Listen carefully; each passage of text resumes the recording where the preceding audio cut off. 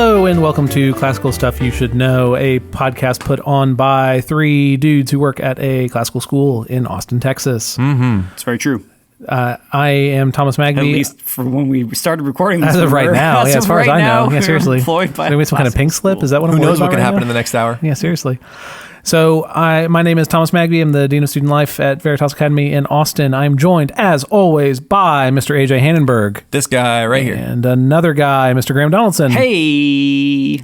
Hello. So, guys, I tried to come up with a witty introduction, and it went very poorly.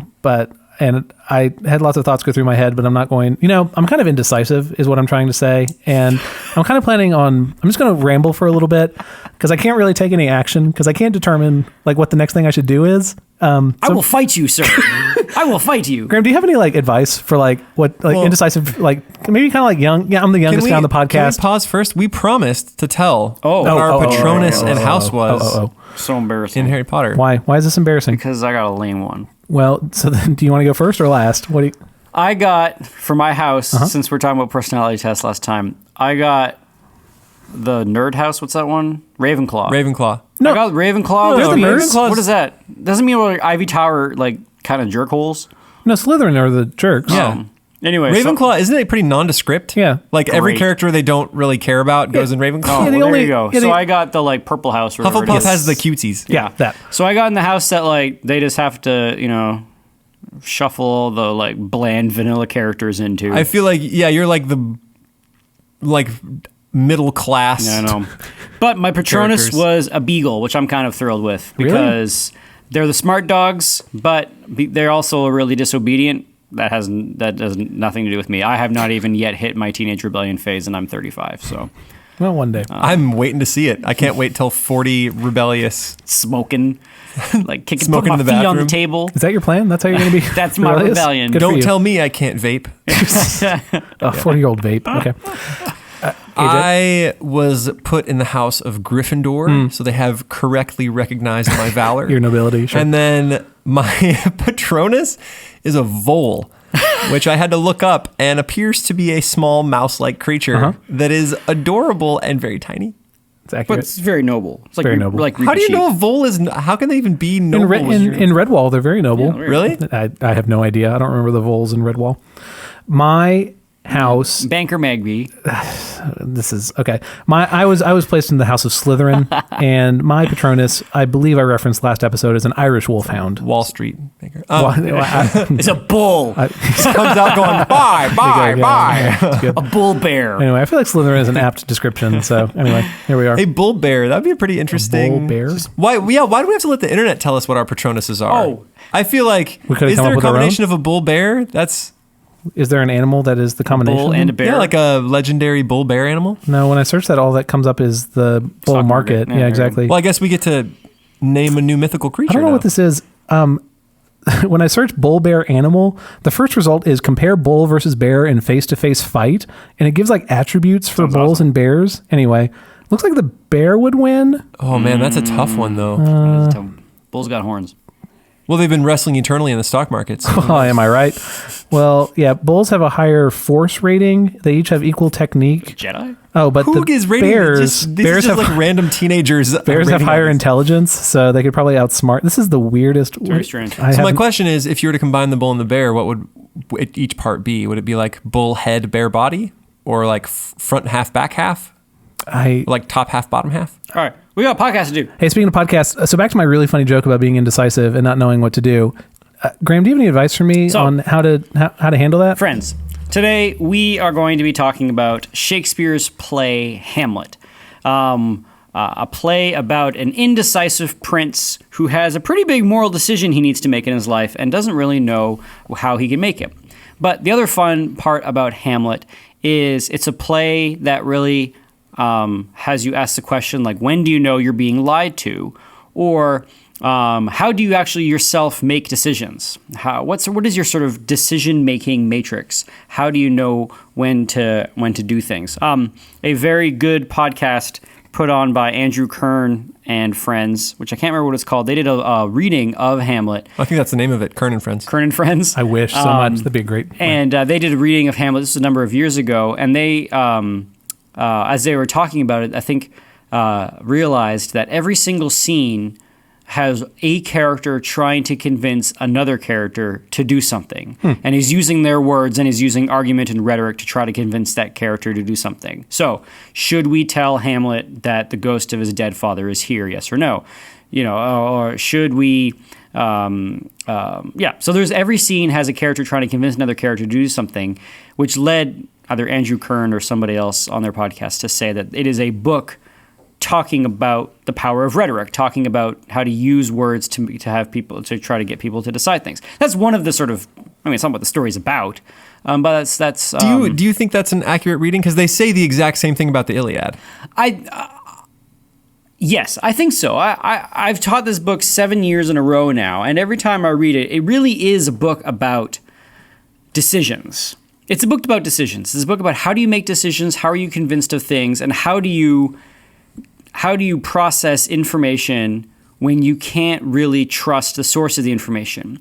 How do you be skeptical, and how do you not be skeptical? When do you just sort of move forward on faith, and when do you have to gather all your data points? So it's like a book about like information, lies, skepticism, deceit, and how you, if you live in a time where all those sorts of things are flying around, how do you be the good man?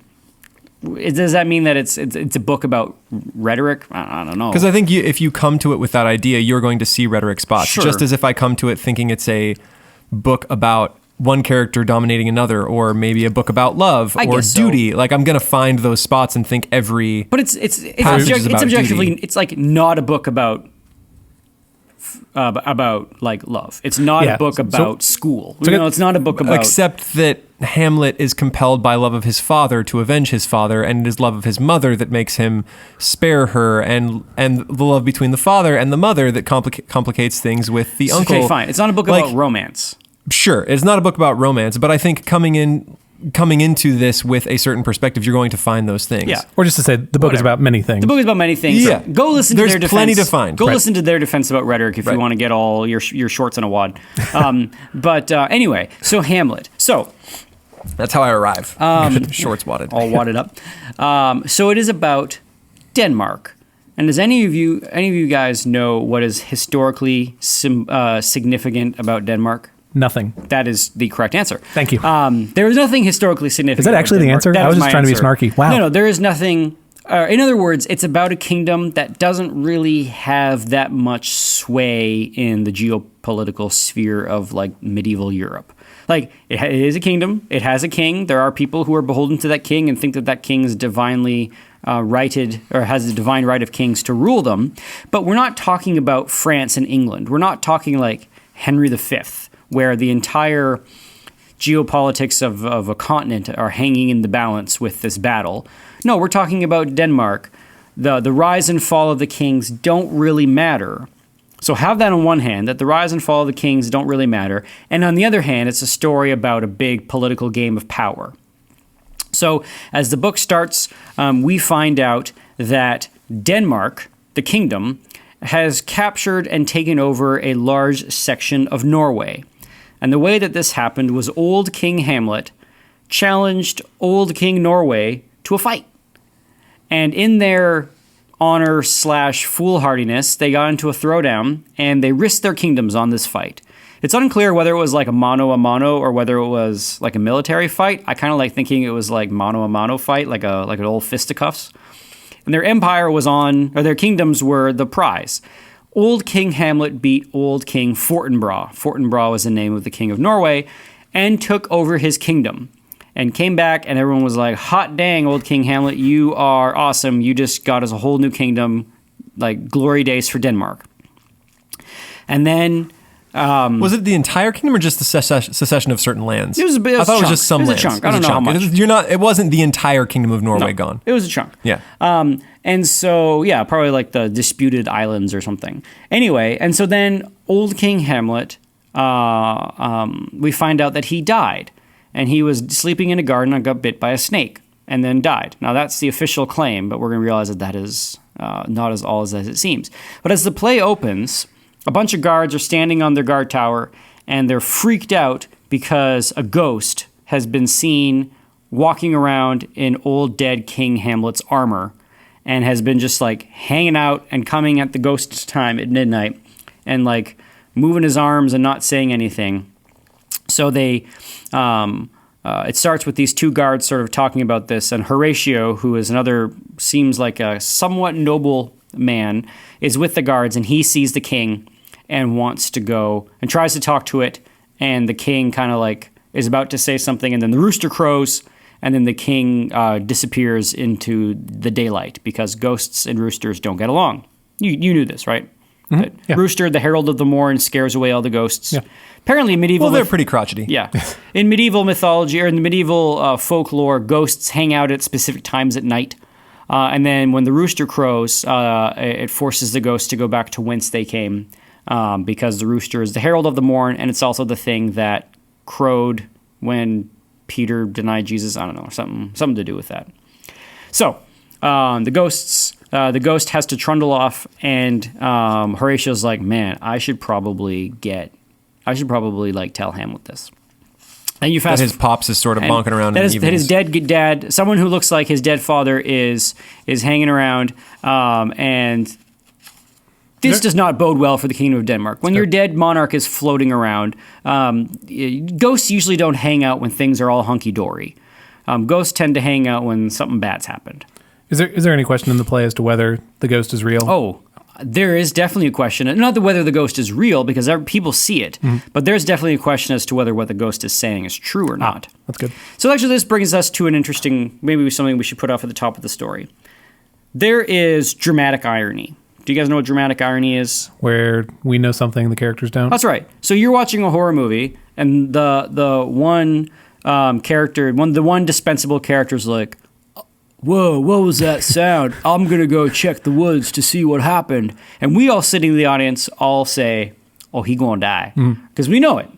This is the classical, like, don't go into the shed. Yeah, don't go into the shed. And he's like, oh, what was that noise? And he goes, and then he is Instead of murdered. calling the police and leaving, I'm going to investigate by myself. You stay here and I'll go look. And then the monster or the alligator or the hillbilly or whatever is in the woods kills him. Yep. We all know this is happening. It's called dramatic irony. We know the character doesn't know. And it adds some sort of tension and has you sort of be invested in the play or in the scene in a very different way.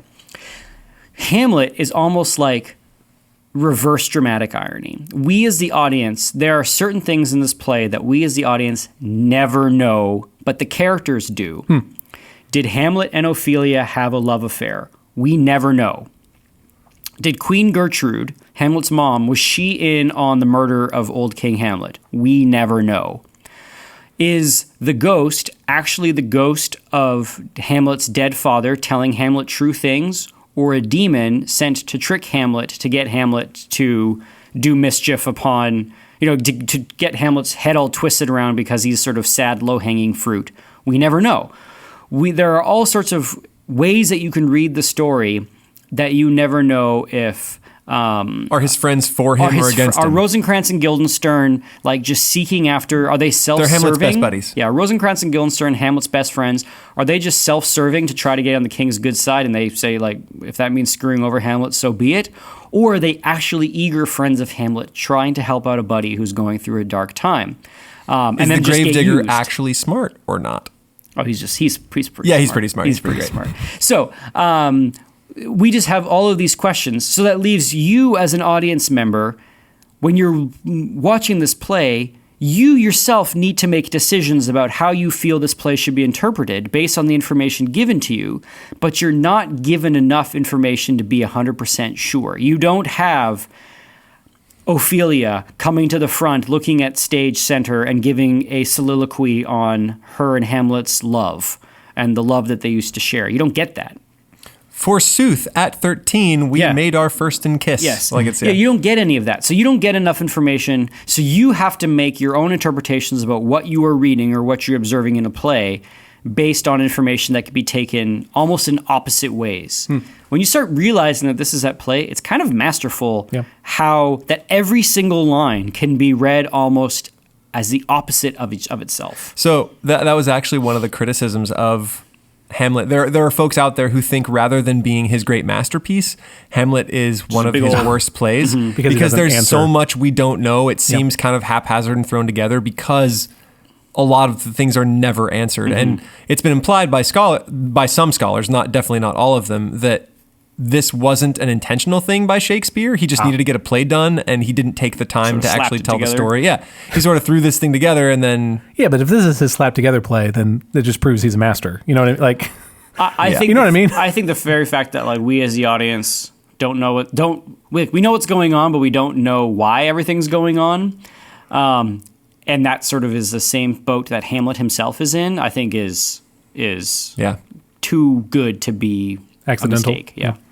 Anyway, so the first scene, Hamlet comes in. The news, and we realize there's a new king. King Claudius, Hamlet's uncle, has married Hamlet's mom, and as we find out, it happened like a month or two after the death of Hamlet's dad. I think it was just 2 months, right? So Hamlet, who was away at school, he was at Wittenberg doing a grad degree, he was graduate school, comes home to the funeral of his father only to find that his uncle is now marrying his mother.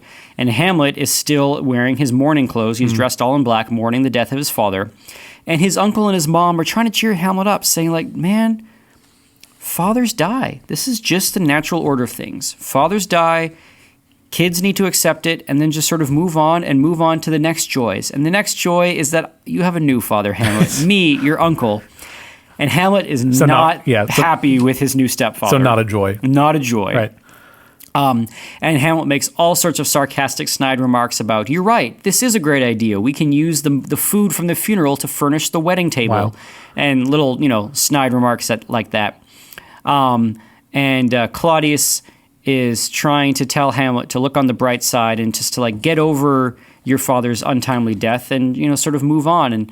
And Gertrude is doing the same thing. Yeah, it's less than 2 months after his dad dies. I just looked it up. So he's at the beginning, he's like 2 months. No, it's not even 2 months. It's less than that. And so Claudius is sort of like, I don't understand my new weird kid. And Gertrude is just wanting the best for Hamlet and sees that her son is in pain. And sort of they just kind of are sad for Hamlet and they go off to their new married life. And Hamlet, in one of his first famous soliloquies, he's got a number, gives a famous speech where he says, oh, that this too sullied flesh would melt, thaw, and resolve itself into a dew, or something like that. I don't have it in front of me. Hamlet he basically wishes that he could die. He says, I wish I could just burst into dust and not exist anymore. He says, I don't want to kill myself because I'm Catholic, and killing myself is against canon law, so I'm not going to do that, but I kind of just wish I didn't exist anymore. And then he kind of gets all crotchety about the fact that his mom is married to his father, and that he says that the world is like an unweeded garden. Things just sort of grow rank in time. That as time goes on, the world kind of gets crappier. This is what young Hamlet is sort of saying. And he's looking at this new state of affairs, having come home from college, and he's back into his childhood home, and he's got a new dad, and his mom is married and doesn't seem to be mourning her dead husband, Hamlet's dad, anymore. She's sort of off enjoying her new marriage, and Hamlet's like, what the heck? What happened to my childhood? And it is one of the most like emotional teenager speeches. Yes. She's mom's like, why do you seem so sad? He's like, it's not seems, Mom. I am sad. Yeah. And here's the little speech he was talking about. It's really short. Oh, that this too sullied flesh would melt, thaw, and resolve itself into a dew, or that the everlasting had not fixed his canon against self-slaughter. Oh God, how weary, stale, flat, and unprofitable seem to me all the uses of this world. Fie on it. Ah, fie. 'Tis an unweeded garden that grows to seed. Things rank and gross in nature possess it merely. Right? He's not having a good time. Mm-hmm. And then he goes on and he names, and he sort of talks about the things that have happened. Yeah. And he says, she's married. He sort of muses on the fact that the only reason she's married is because she's bored or she's lonely or she's a randy lady and she doesn't like to have no man in her life. This is Hamlet talking about his mom. Is he talking to his mom? No, he's talking to himself. Okay. And so he's sort of realizing, he's like, oh, the only reason mom got married again is because she just can't stand not being with a man. And he's implying it sexually, but he's also implying it that she's just sort of weak and can't be her own person by herself. which is kind of uncomfortable. But this is your point that we don't actually know if those. We are don't her know if reasons. that's actually true. This is what he thinks. And so Hamlet is kind of bumming around, and then Horatio shows up, and he's like, Hamlet, I saw your dad.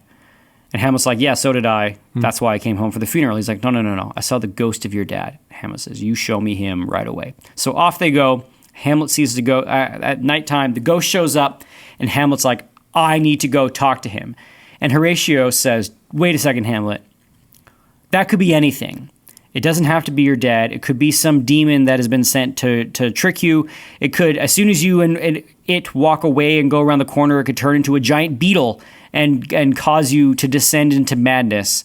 Think about, all these sorts of things. And Hamlet tells Horatio to buzz off. And he runs off because the ghost, he sees his father and he runs off and he's like, if my dad's here, he's going to tell me something important. And Horatio can't catch him.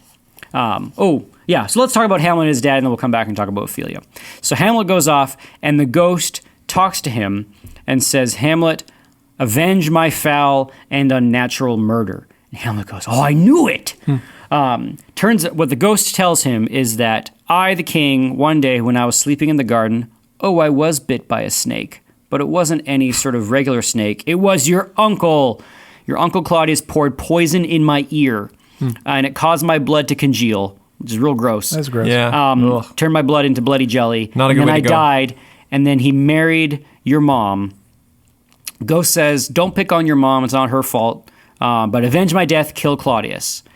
And then the other thing that the ghost says is, I am in hell, and at nighttime I'm allowed to leave hell and come to the earth and roll around on the earth.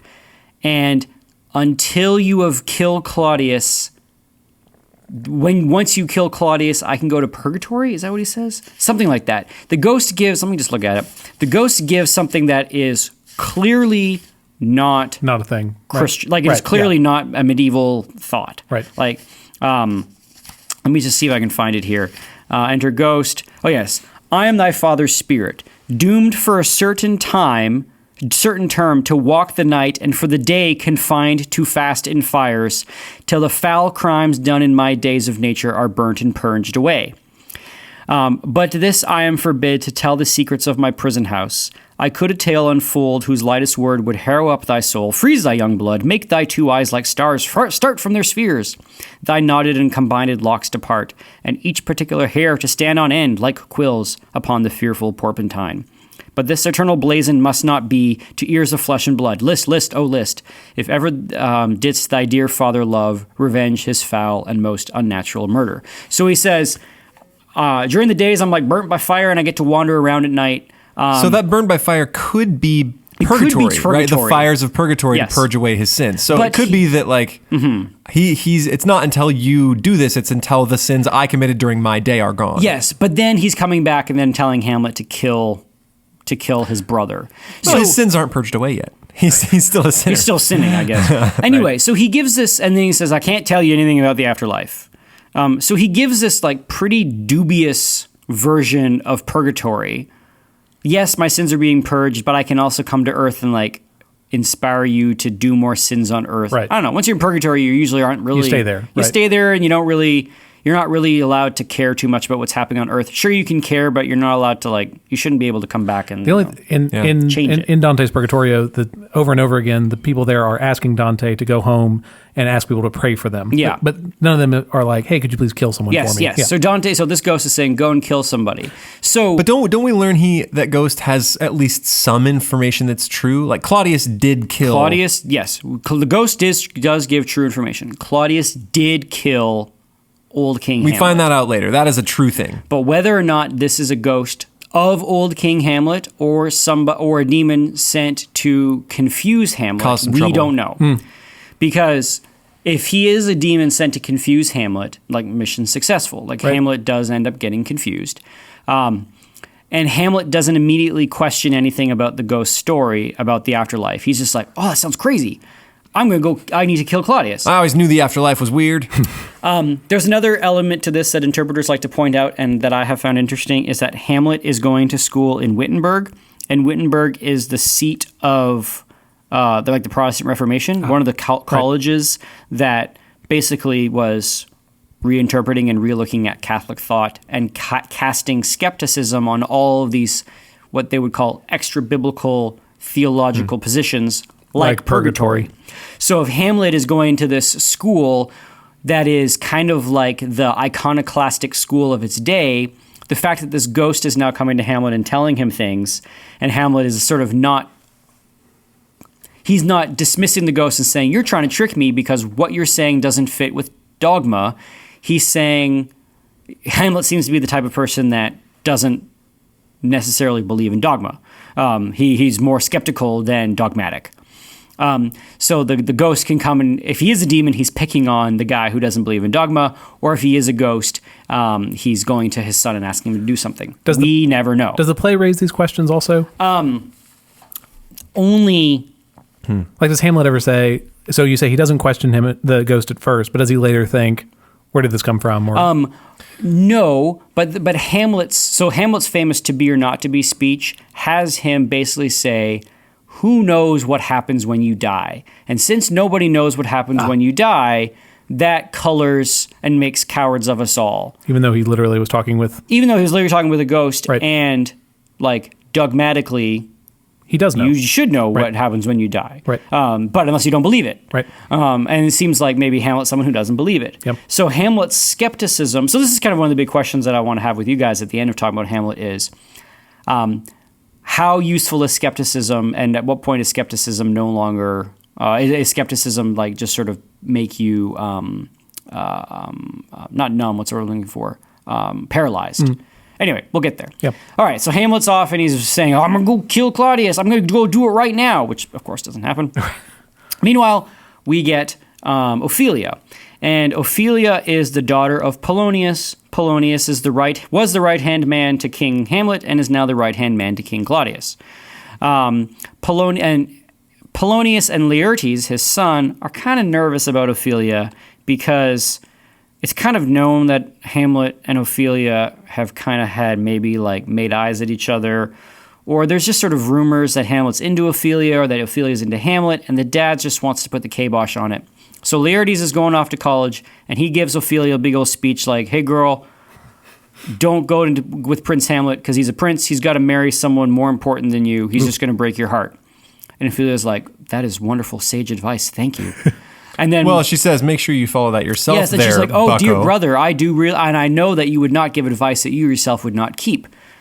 This is important because either Ophelia is actually innocent Ophelia, and she's like, thank you for that sage advice, and you, dear brother, I know that you would not fall into any such sins as well. Or she's like, oh, that's right, I definitely will never sleep with Hamlet anymore. And you, dear brother, of course, we all know that you going to college are not going to do that either, right? So if you're the actress playing Ophelia, you got to pick how you're going to play her, innocent or like sarcastic. Mm-hmm. I shall the effect of this good lesson keep, as watchman to my heart, but... Good brother, do not, as some ungracious pastors do, show me the steep and thorny way to heaven, whilst, like a puffed and reckless libertine, himself the primrose path of dalliance treads, and recks not his own reed. Yeah. So she could say that sarcastically, or she could say it very honestly. Very honestly. Yeah. And then the dad comes in and echoes a bunch of good sentiments and gives Laertes a bunch of great fatherly advice, which Hannenberg, I know you were a huge fan of. Oh, I think this is... I love this advice, partially because the advice is really good. It's really good. Like the actual advice, like spun out of context, is very good. Unfortunately, it's spoken by a giant windbag. Right. So in context, it's... But in context, it's laughable. But out of context, it's kind of good advice. Yeah. And in context, I think it's especially laughable because it's coming from such a blowhard, and he's probably giving advice that anyone kind of knows already. Mm-hmm. But it's still good advice. And then the other thing is later, the same guy, Polonius, comes and says one of the most famous Shakespearean lines, brevity is the soul of wit. Mm-hmm. But he says it in the longest speech ever that is not brief at all. So Polonius basically is saying like, my boy, go off to college and be a man and have friends but not too close and lend money but don't borrow it and if you don't get into fights but if you do, be the one that ends them. And he's giving all this good fatherly advice. And then 2 scenes later, he's hiring a spy to go spy on his son because he doesn't trust him. Anyway, so they both give this advice saying, Ophelia, just stay away from Hamlet. He doesn't have your best intentions at heart. And Ophelia's like, okay, I will.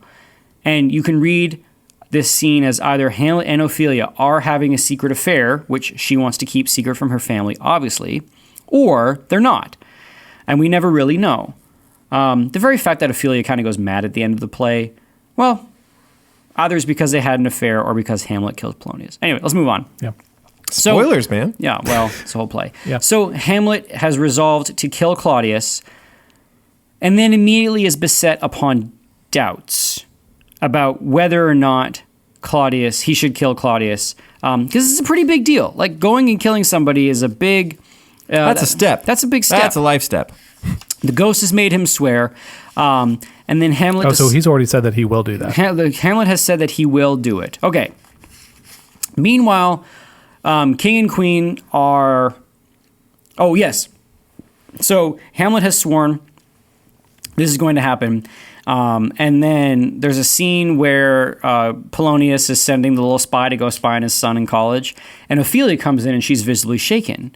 And Polonius says, "Hey, Ophelia, what's wrong?" And she says, "Hamlet came... the strangest thing happened last night, the night of the ghost. Hamlet came into my room, and he looked all crazy, and his shirt was all ruffled, and his socks were all pulled down, and his hair was all crazy, and he had crazy eyes, and he didn't say anything. He just looked at me, reached out his hand, made a giant sigh, He groaned. groaned, and then ran out of the room. And I don't know what that means." Oh, but the way she described, this is one of my favorite scenes to reenact with the kids, because he didn't just run out of the room. He keeps his eyes fixed on her, reaches out with his hand, and then backs slowly out of. It is the most awkward leaving of the room. The most dramatic, thing you can ever think of. So now we know that Hamlet's doing this because he has sworn to the ghost that he will kill Claudius, which is probably going to involve some amount of danger on his own life. And by also swearing, he swore that he would not care about anything else in this world. And then he goes and he's basically giving this good old goodbye to Ophelia. So we know that Hamlet's got this ghost thing going on. And Polonius is like, well, hot dang, Hamlet's in love with you, Ophelia. This is why he's so moody. This is why he's wearing black. This is why he won't eat food at the marriage dinner. Polonius is like, I've got it all figured. I've got it all figured out. So Polonius is somebody who takes the information and immediately makes a conclusion that he thinks is 100% correct and is kind of wrong. It's kind of right. Hamlet maybe does love Ophelia. All the information points to the fact that Hamlet could love Ophelia. And it does actually play out. It does actually put all the pieces together. Polonius is kind of being like a good observational scientist, right? We hear the effects, here's the behavior. Oh, the reason of it is Hamlet's love for Ophelia. That makes perfect sense. Well, meanwhile, it's like a supernatural ghost has told Hamlet of this sort of murder and has made Hamlet swear to murder somebody. Polonius didn't factor that into his calculations. Anyway, so he goes to the king. He's like, I got it. Your son's all weird because he's in love with this girl. And the king's like, finally, that's good work. Let's spy on him.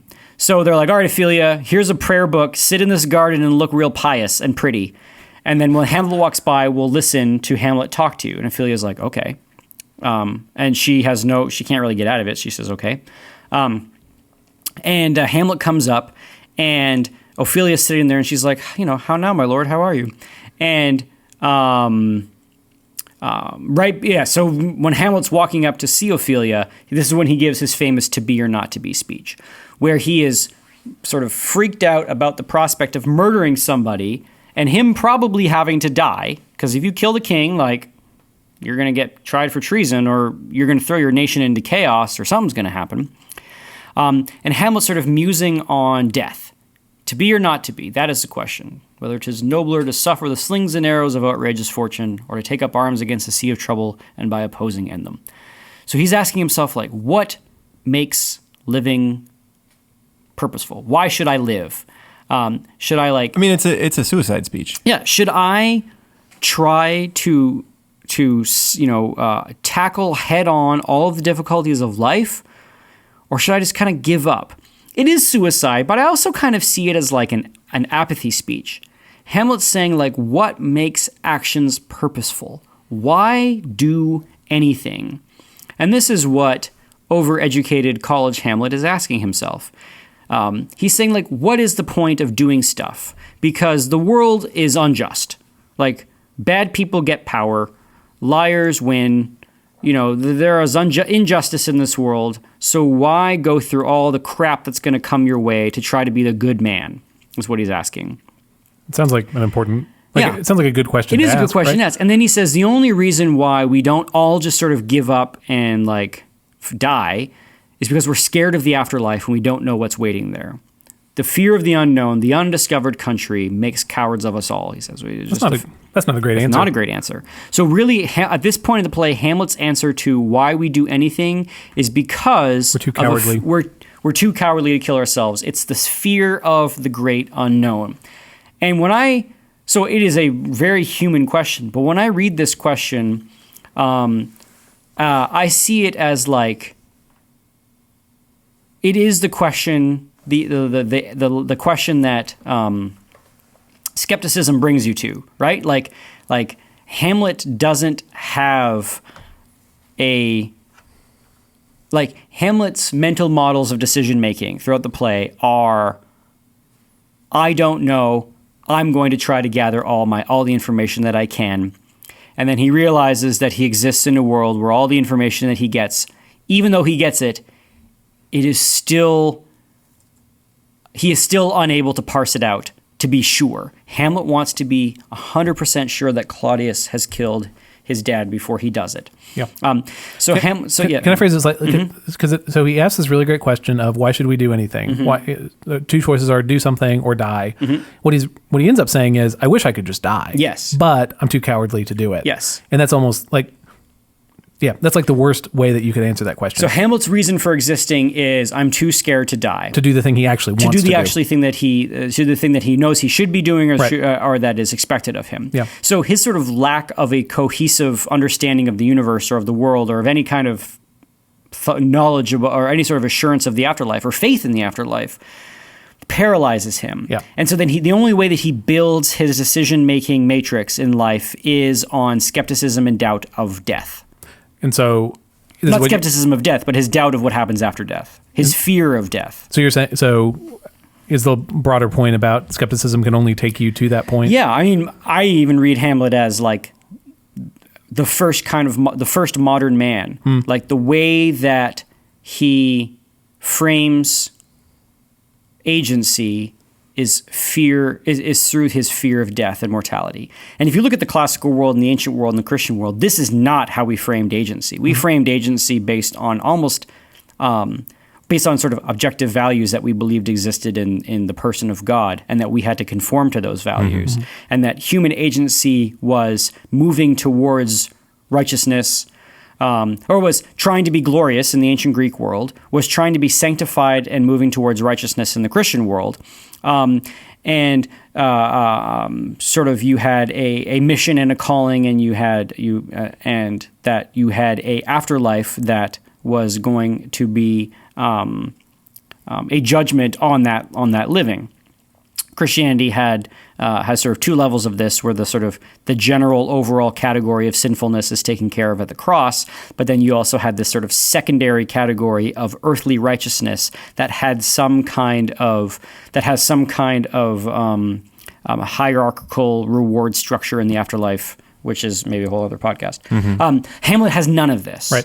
All Hamlet has is a big black question mark, and he's trying to build his life of how he should act in this world on a big black question mark. And all it does is leave him depressed and inactive. Which is the modern man. Is also the modern, yeah. Yes. You just said this, but yeah. You spoke the summer.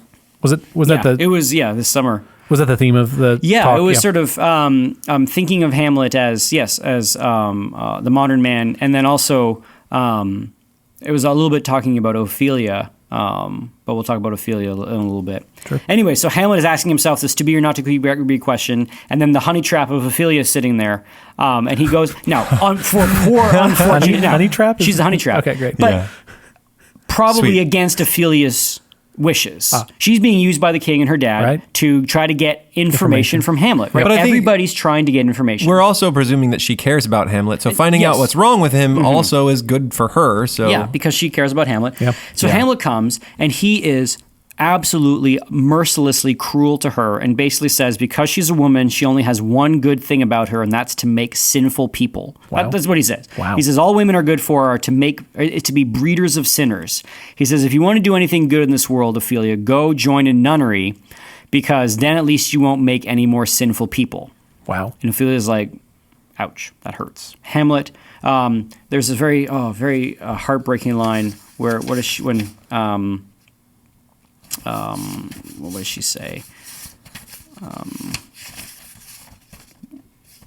Anyway, where we're basically it's like here cracks a noble soul, says Ophelia about Hamlet, and that her heart is just so broken in half because of what Hamlet has said.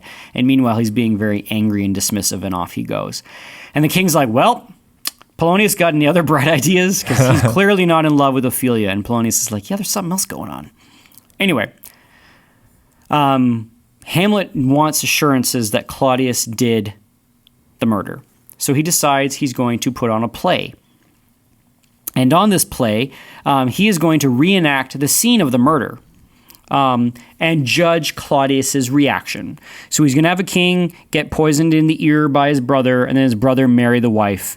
And he's going to put on this play, and he's going to like intently stare at Claudius to see how Claudius reacts to this. Yep. All the while being kind of a cad. All the while being kind of a cad. He's sort of, for the majority, we haven't talked about much about his demeanor this entire time, but he has been acting super strange. And he's even told his friends, look, I'm going to be acting weird. You, right after the ghost, he says, I'm going to be acting really strange. You can't let on by looks or huffs or by implication that you know that I'm not crazy. It's like, I'm going to be acting crazy. So we also don't know how much of this is legit. Right, whether he is actually crazy. Right. Or if it's just this show that he's putting on, right? If he's going to kill his uncle, Horatio doesn't know if he's legit. He went off and saw a ghost and comes back acting crazy. Horatio doesn't know if he's acting crazy or went crazy. Right. And, I mean, even with Ophelia, is he separating himself from her to prevent her the heartbreak of realizing she is with a murderer? Exactly. Or is he doing it because he actually doesn't love her anymore? And then he throws around all this sass all the time. It's not just, lovesick, freak out kind of thing. It's also, he makes jokes that are kind of off color and it says some things he shouldn't say in the presence of the king. He's just kind of pushing on all those boundaries in a really not okay way, kind of pushing away his friends, being real strange. He's the kid that left his small town of Denmark, went off to college, came back, and is kind of a jerk to everybody. Yeah. That's what Hamlet is. Yeah. He thinks he's better than the small town. There's definitely some scenes where like a cannon goes off and he hears a bunch of people cheering, and one guy's like, "My lord, what is happening?" And Hamlet says, "That's an old drinking game that they play here. They shoot cannons and they chug their glasses of wine, and the first one to finish gets to cheer. I hate this place." So he really is like from a small town that all they care about is like drinking, and he's this like educated college kid that wants to put on plays. It does sound kind of like an awesome tradition. Yeah. I mean, the king even talks about it. He's like, tonight I plan on drinking deep. And they're going to shoot the cannons and drink beer. Mm-hmm. That sounds awesome. What better reaction to a cannon? Hamlet does not think that's awesome. He thinks that's like... Because he's better than I think that's like Uncultured. so small town. So he's a snob. He's kind of snob. Yeah. Anyway, so then he puts on this play and watches Claudius, and Claudius gets all flustered and upset and gets up and leaves. And Hamlet's like, got him.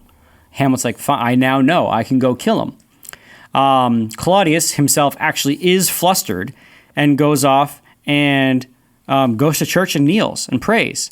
And he says, "I'm a murderer." And he's like, "I know, I'll pray." And then Hamlet comes up fully knowing that Claudius is now the murderer and sees Claudius kneeling and praying. And Hamlet has a sword unsheathed behind Claudius. And he's like, I could kill him. But if I kill him now, he's praying to God. If he's praying to God, his soul's going to go right to heaven. My dad's soul's in that burning place. Oh, you know what? I'm going to kill him when he's doing something sinful. So he puts his sword away and off he goes. I'll kill him when he's doing something bad, when he's like laying in bed with my mom or when he's drunk in his cups.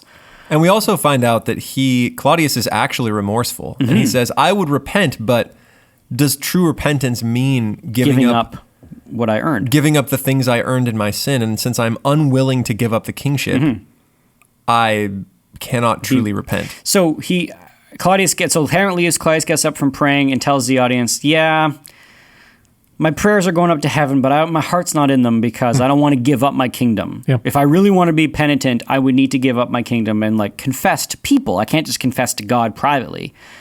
you can't just confess to God privately and not confess to people and think everything's okay, because you're keeping what your sins gave you. So he's like, I guess I'm not going to confess anyway, which means Hamlet could have stabbed him. Right. He doesn't go on to then repent. No, he doesn't repent. Because you're complicating this by saying that Claudius actually has he's kind of a good dude, or he's trying Claudius to be. Claudius feels guilty, but he's not going to repent. Yeah. Let's put it that way. Okay, Claudius knows he did wrong, and he feels bad about it. Right. Feeling bad is not the same thing as the same. repenting. Right. That's Totally. the thing. When students say, like, yeah, I did that thing and I feel bad about it, you're like, well, you're not there yet. Like, you haven't repented. Right. Anyway, so Claudius doesn't repent, and then Hamlet decides that he is going to kill him later. Claudius is there. Then Polonius is like, all right, well, Ophelia couldn't get it out of him. Maybe his mom can get it out of him. So he decides to hide behind the curtains in Hamlet's mom's room and have Hamlet talk to his mom. Hamlet goes talk to his mom. The ghost shows up, but only Hamlet can see it. Queen Gertrude is because the ghost is like, stop messing with your mom. Like, don't guilt her into this. Hamlet accuses her of all these sorts of things, says that he says some terrible things to his mom about her being married to the king and all she wants is like lovin's. And the mom's like, what's wrong with you? And then Hamlet looks like he's going to do violence upon his mom, and Polonius makes like a squeaking noise. He's like, ah! And Hamlet says, what's this, a rat? And he stabs through the curtain and kills Polonius. Yeah. Polonius dies, and then Hamlet takes his body and hides it in somewhere in the castle. That's going to put a damper on the relationship with his girlfriend. Ophelia. Yeah. So Hamlet murders Polonius, or kills Polonius. The king finds out and says, Hamlet, I think you need to take a bit of a trip. You need to go on vacation. I want you to go and do this, sort of hastily thrown together emissary trip to England. You're going to England, Hamlet. But Claudius doesn't want him dead. Claudius doesn't want him dead. He just wants him out of the castle. That's kind of... Turns out the people like Hamlet, which is kind of weird. For some reason. And also, the king just recently died, and now there's a new king, and now the king's right-hand man died, and the people are going to be like, what the junk is happening in Denmark? So he doesn't want another scandal. So he's like, Hamlet, you're going to go basically on timeout, and you're going to go to England. And so Hamlet's going off to England, and the king gets Hamlet's friends, Rosencrantz and Guildenstern. We're not going to talk about them just because we don't have time. And he basically gives a letter to Rosencrantz and Guildenstern and says, all right, you guys, when you get to England, give this letter to the king. Don't read it. Give this letter to the king. And Rosencrantz and Guildenstern say, of course. They go off. Hamlet, in the middle of the night, finds the letter of Rosencrantz and Guildenstern, decides to read it. It says, Dear King of England, kill Hamlet, love Claudius. So then Claudius does actually want Hamlet dead. Claudius does want Hamlet dead. Hamlet goes, oh, Rosencrantz and Guildenstern, you snakes. He changes the letter to say, Dear King of England, kill Rosencrantz and Guildenstern, love Claudius, reseals it, puts it back in their bags, and then the weirdest thing happens in the entire play. I'd have to assume that he had that on a new piece of paper, because if the king was looking at it and it said, please kill, and there was like a name scratched out, and then it said like a little, little addendum. Yeah. Kill these two guys. Yeah. Hamlet has a royal seal. I think he actually steals Claudius's seal. He has it's in the bag or whatever, and he's able to do this. And then Hamlet's boat.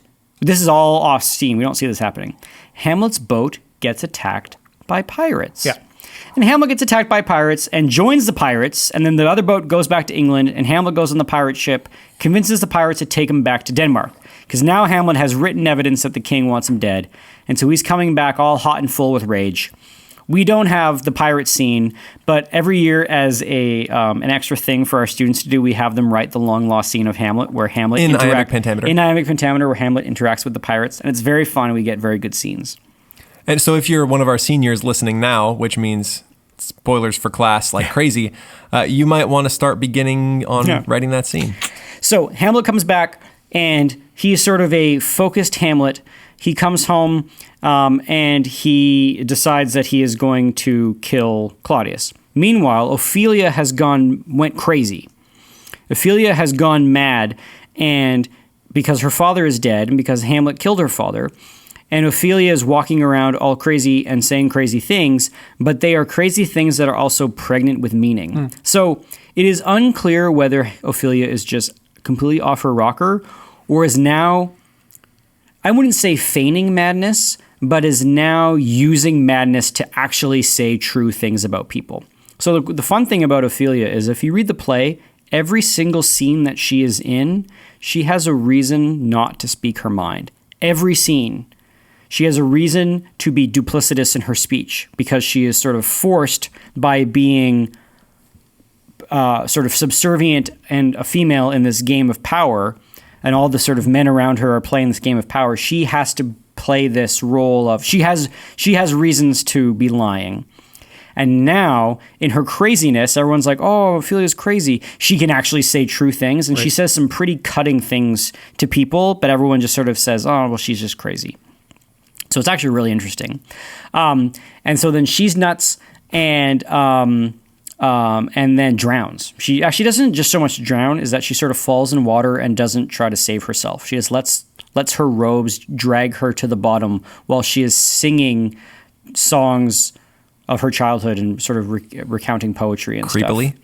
It's very creepily. I think there's lots to be said about why she's singing songs of her childhood. They're all songs about like, one day my Prince Charming will come and marry me and that kind of thing. And her prince did come and did fall in love with her, but murdered her father. Like, she is not living in a fairy tale. Right. She's living in sort of the real cruel world. And that cruel world has its... Anyway, so she dies. And then Laertes is like, my dad's dead and my sister's dead, and he comes home and he wants to kill Hamlet. So Laertes wants to kill Hamlet. Hamlet wants to kill Claudius. Claudius and Laertes hatch this plan to like get Hamlet into a duel, and it gets all convoluted where there's a poisoned sword, and then Claudius is like, if that doesn't work, I'll have him drink this cup and I'll put poison in it too. So it basically ends with this whole big like, screwed up, messed up like a gong show. You ever use that term in the States, a gong show? No. Yeah, we know the Gong Show. A gong show is like a big old mess. Oh, okay. It's from the actual Gong Show. There was a show called the Gong Show. And if you came and you were doing a bad job, they would smack a big gong, and so... Yeah. So basically, at the end, it's a huge old gong show. Hamlet stabs Laertes with the poison sword. Laertes stabs Hamlet with the poison sword. The queen gets thirsty and drinks from the cup, not realizing that it's poison. She dies. Hamlet realizes what happens, pours the poison cup down Claudius's throat. Claudius dies. Horatio comes in with a dying Laertes and a dying Hamlet. It's like, my lord, if you're dying, I'm going to die. And Hamlet says, no, I don't want you to die. I want you to live on and tell my story. Tell my story. And then Horatio says, okay. And then right at the end, the son of Fortinbras rushes in and takes back his lands and becomes king of Denmark. And there are these little hints. There are these little hints that Fortinbras has been on the move, but the king has kind of ignored it because of the present concerns of Hamlet. And I mean, so yeah, that's a weird thing going on in the background. So young Fortinbras has wanted his lands back, and the king Claudius's solution is to send a letter to that kid's uncle, who is infirm and in bed and sick. And he's like, when the older Norway will figure it out, the problem will be solved. Yeah. And then young Fortinbras supposedly is like, okay, I'll go do some war with some people near you, but it requires that I have to walk through your land to get there with my army. Can I do that? Can I do that? And they say yes. And so he, right at the very end, he rushes into the castle. King Claudius would have thought, hey, young Fortinbras is visiting as a friend now, when really we don't know whether or not he was truthfully invading or not. Heads or tails, whatever, Fortinbras got his lands back because... Yeah. Hamlet made him king. So what I love about Hamlet, now if you're listening to this, and this is your first exposure to it, your head is spinning. If you know the play very well, you know that there's all of this levels of complexity. There's complexity to the plot, but what I find very fascinating of it is when you take each and every individual character, they all are trying to sift through all of the information of the kingdom and try to figure out what is the signal and what is the noise, to borrow a term from a blog. What is the important piece of information that I need to act on, and what is just the unimportant everyday life stuff that I can ignore. For Hamlet, he thinks the signal is the ghost. For Claudius, he thinks the signal is whatever is bothering Hamlet. Claudius doesn't realize the real signal is Fortinbras amassing an army on his borders. Right. Hamlet doesn't realize that he doesn't have a way of he doesn't have a code, basically. Hamlet doesn't have his code is skepticism. His code is, I want to be 100% sure, and I can never be 100% sure. And always follow ghost advice. And always follow ghost advice. So everybody is trying to disseminate what is true and what is right and what are people's motivations. And everybody's playing a cloak and dagger politics game of power. And when you have those two things together, it's going to, like one of the guards say, something is rotten in the state of Denmark. Like, that is a recipe for the rotting of community and the rotting of culture and the rotting of family. They're trying to get an angle on each other. Everybody's trying to figure out what is the real story and what is the fake story, who's lying to who. And there is no like clear, maybe even Fortinbras. Fortinbras seems to be like the clear-headed, I wouldn't call him virtuous because he's avenging, but he seems to be like undivided in his intention. I'm going to come back and take my lands, and that is a noble thing to do. Everybody else is pulled and is pushed and pulled by their own oscillating inabilities to sort of know what's going on. And Hamlet has his own problem with inaction, right? He is constantly chastising himself. He's like, Fortinbras just lost some land, and look what he's up to. Mm-hmm. And I lost my dad and talked to a ghost, and I can't do anything. Yeah. So it's always this. He thinks all this stuff, but the only real action he takes is acting weird, putting on a play, and then eventually getting into a petty duel with Laertes. Yeah. Right? He doesn't. And by the end, he's like, really, the real thing is just being ready instead of taking action. So he does all of this crazy trying to find information, but never actually does stuff except on accident. So the question I always like to ask my students is, do you think Hamlet would make a good king? Because on the one hand, he's thorough and wants to do the right thing with the right information. But he also won't make a decision until he is 100% sure, and can't be sure because you can never be sure. At some point, you need to sort of act on first principles. You can't prove everything before you act. At some point, you just need to act on a conviction of that something is right to do. So the answer is no. So I don't know, right? But the thing is, he's also thorough enough that you would want maybe someone that thoughtful to be king. Maybe. Anyway, so So that is like a very fast run through of the play and its sort of and its main themes, and there are so many different ways that you can take conversations about this story. It is very rich, and it deserves your study. And it's one of those plays that yields quite a bit, even from just studying the individual speeches, from studying the characters. Like, I could talk about Polonius for an hour, even though all he is essentially a blowhard. Hamlet at the end of the play actually has this line where he says.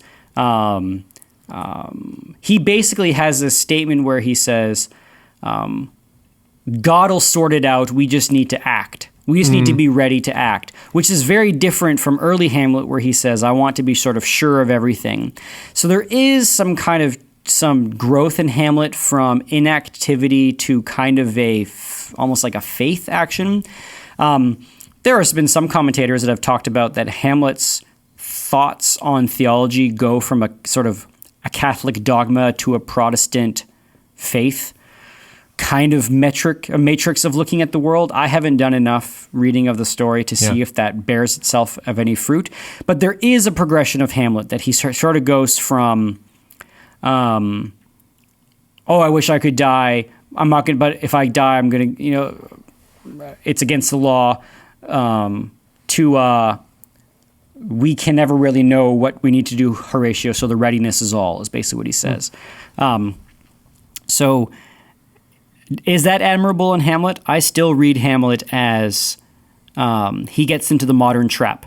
And the modern trap is he wants assurance, facts, but no cosmology. Yeah. Yeah. That's good. Or his cosmology is one of like emptiness. Yeah. All right. Well, that's great. So this has been Classical Stuff You Should Know. As always, you can reach us by email at classicalstuff@veritasacademy.net. You can find us online at classicalstuff.net. You can find us on Twitter at Classical Stuff, CLSSCAL Stuff. And I think that is everything. That's it. Anything we got? Do we ever make mistakes? Don't think so. Anything wrong? A thing that I meant to say in the last episode but never did is that the article I referenced many times was Uncovering the Secret History of Myers-Briggs, which is by Merve Emra. Cool. Anyway, so that's kind of a thing I got wrong. Well, It's been great. How's your 2019 going? This is awkward because we're definitely recording this in 2019. We are a week in, and I feel so different. Yes, our New Year's resolutions are going so well. That's right. That was, I don't know. I don't want to say anything. Oh, cool. Cool.